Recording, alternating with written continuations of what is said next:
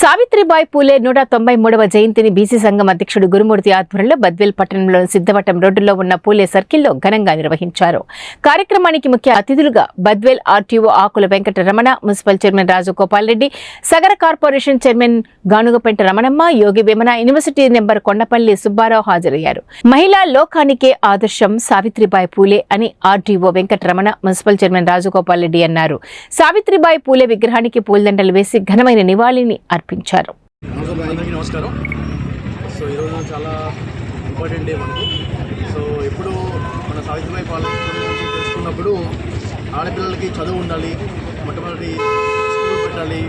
దేశంలోనే ఆడపిల్లల చదువు గురించి ఆలోచించే వ్యక్తి వారు కూడా మన జ్యోతిబా పూలే గారి నుంచి ఇన్స్పిరేషన్ తీసుకొని చదువుకొని వచ్చారు.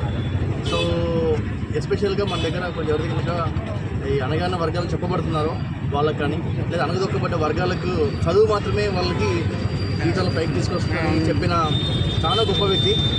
సో ప్రజలకు తెలియాలి. సో ఫస్ట్ కూడా నాకు గులాంగిరి అనేది ఒకటి నా రాసిన బుక్ ఒకటి చాలా ఫేమస్. సో ఎలా చేస్తారు ఏంటి అనేది చాలా మూవీస్లో కూడా వచ్చింది. సో సావిత్రిబాయి పూలే గారు ప్రతి ఆడపిల్లల కాలేజ్లో, స్కూళ్ళలో ఫోటోగ్రాఫ్ ఉండాలి డెఫినెట్గా.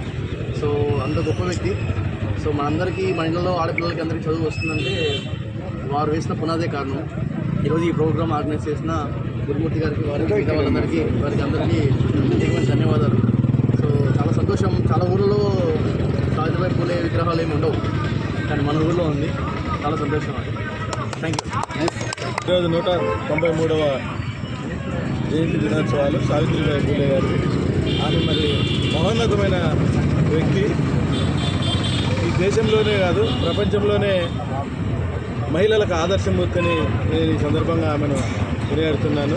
ఎందుకంటే మహిళలు ఎంతో అనగారి, వారి యొక్క స్థితిగతులు వెనుకబడిన అందరికీ 139వ సావిత్రిబాయి పూలే జయంతి సందర్భంగా వచ్చినటువంటి గౌరవనీయులు పెద్దలు బద్వేల్ పట్టణ ప్రథమ పౌరుడైనటువంటి రాజగోపాల్ రెడ్డి గారికి, అదేవిధంగా రెవెన్యూ డివిజన్ అధికారి అయినటువంటి వెంకటరమణ సార్ గారికి, అదేవిధంగా మరి బంగారు సీనయ్య గారికి, మరి ఇక్కడ కొండపల్లి సుబ్బారావు గారికి, మహిళలందరికీ, ఇక్కడ వచ్చినటువంటి బీసీ, ఎస్సీ, ఎస్టీ, మైనారిటీ అందరికీ కూడా నా హృదయపూర్వక నమస్కారాలు తెలియజేసుకుంటున్నా.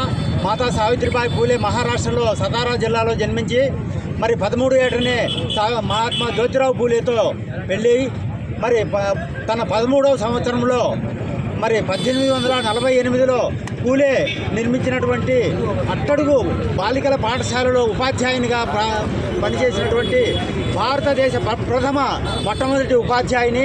ఈ సందర్భంగా నేను కేంద్ర రాష్ట్ర ప్రభుత్వాలను విన్నవించుకోవడం ఏమంటే, మాతా సావిత్రిబాయి పూలే జన్మదినాన్ని మహిళా ఉపాధ్యాయ దినోత్సవంగా ప్రకటించాలని నేను ఈ సభాముఖంగా అందరినీ, మరి రాష్ట్ర ప్రజలందరినీ కూడా, మరి కేంద్ర రాష్ట్ర ప్రభుత్వాలను కూడా